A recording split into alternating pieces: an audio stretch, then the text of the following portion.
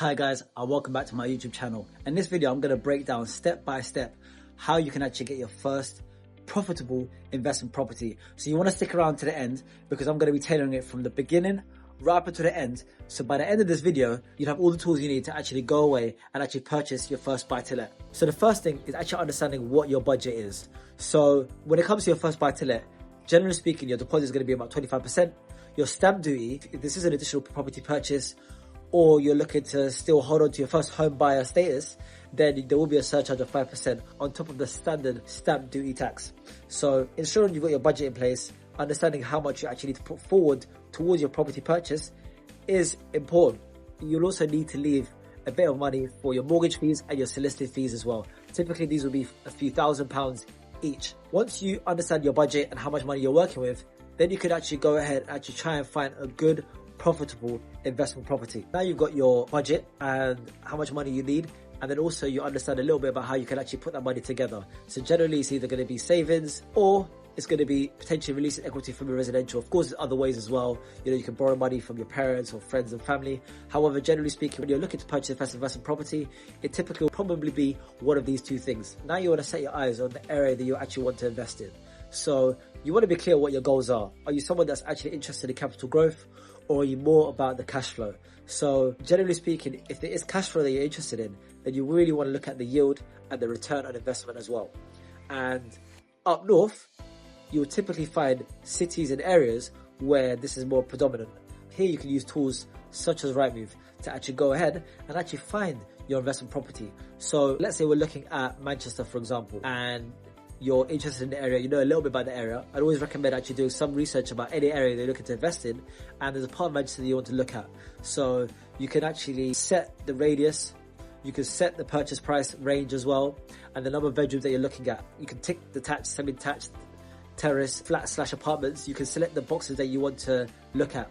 Generally speaking, if you're looking at freeholds, it probably will be more towards and geared towards terrace houses that you're looking at, because generally these tend to be better yielding properties, and those typically do cash flow the best. And then when you're scrolling through Rightmove or Zoopla, if there is any properties that you're interested in, typically these are the key things that you want to look at. So is it close to a train station? And when I say close, anywhere within a 1.5 mile radius is pretty good, because it means that people can actually get to and from places as well. Are there going to be schools close by? Is there places of work close by as well? Again, these are some things that you want to look for, because that's going to be an indicator of tenant demand. You also want to be looking for comparables as well in the area. So you don't want to pay over the odds for a property, because you want to get that property for a good price.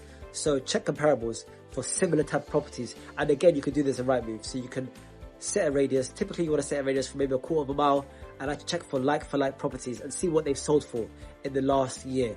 If they've sold for a certain price and the property you're looking at is being advertised for above that price, then you want to see and talk with the estate agent if you can get that price down. Now, there's still further due diligence you're going to have to do. You want to check what type of rent you're going to be able to get on a property like this. So again, you can go on Rightmove and actually check for the rents that are going for that type of property. And you want to also tick let agreed. This will again give you a good indicator of the properties that have actually been let and agreed for the rent price. I would also recommend looking at Open Rent as well. This is another great platform where landlords actually use to rent their properties. And again, you can get like-for-like comparisons here as well. And here, now that you know what the rent is going to be, and you understand the purchase price of the property and roughly what you're looking to purchase it for, you can then plug this into a sheet which can enable you to understand what the return on investment is. Again, this is my Deal Analyzer sheet here. Feel free to grab that, it will be in the description. You can use Deal Analyzer sheet to actually assess how good the investment is going to be. What I'd also recommend you do is go on SpareRoom and actually plug that postcode into SpareRoom and check the number of rooms that are wanted against the number of rooms that are actually being advertised, because this will enable you to assess the supply and demand for rooms. If the demand is a lot greater than supply, then again, that's another good indicator that the property you're looking at has high tenant demand.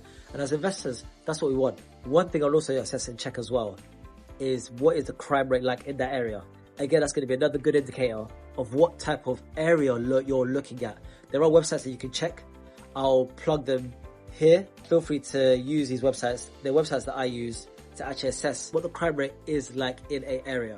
Now, let's say you find a property where the numbers stack up, it's in a good area, and you're happy. So at this point, you want to call the estate agent. So you call the estate agent and you want to find out a little bit more about the property. Ask good questions. Has there been any other offers on the property? Why hasn't there been? Why is seller selling? If the price on Rightmove isn't to your liking, you can ask the estate agent, is the vendor set on selling on that price, or are they willing to negotiate? Again, this will give you a good indicator of where the vendor is at. Also ask the estate agent if there's anything wrong with the property. When I say wrong, are there any damp issues that they know of? Any problems with the roof? Any mold issues? Any structural issues? You really want to know this, because if you go ahead and actually put in an offer, what you don't want is a valuation to be done by the lender or yourself, and then problems arise that you weren't aware of. Now, if everything checks out, now you can actually go ahead and view the property, and again, do further due diligence. So if this is just an investment property, you're not looking to do any works to it, that's fine. If you are, I'd recommend going with a builder that can actually further look at the property and see if there's anything that you might not have been aware of that needs to be done to the property. Now, let's say you've looked at the property, the numbers work, you want to move forward and actually put in an offer. You don't want to put an offer that matches what's on Rightmove. Ultimately, a good rule of negotiation is to actually put an offer that you know is going to get rejected. So you want to start low and then slowly creep up to the offer that you're happy with, and then do not move above that.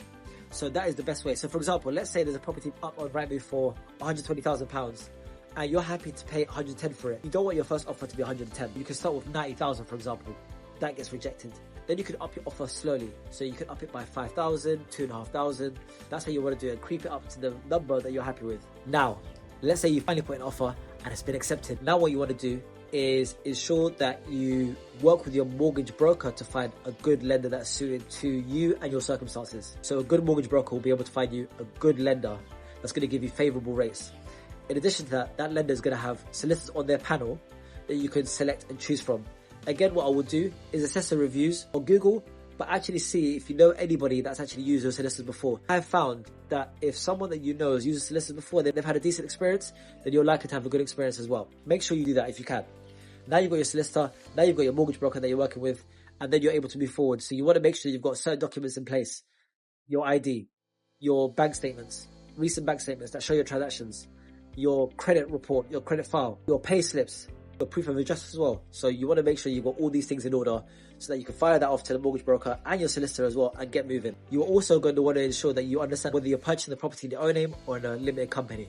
So I've actually done a video on this, so feel free to check that out if you want to understand which one is better for your circumstances.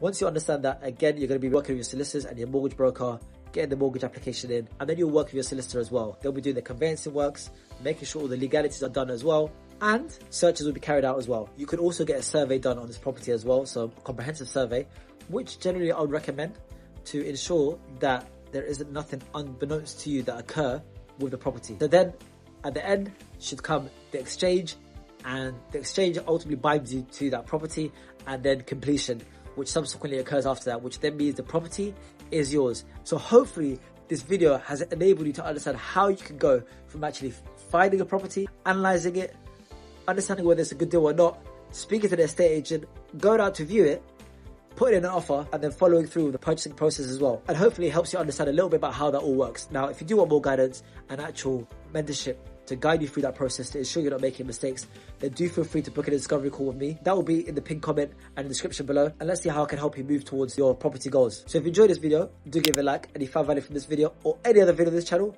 then do subscribe as well. And until next time, happy investing.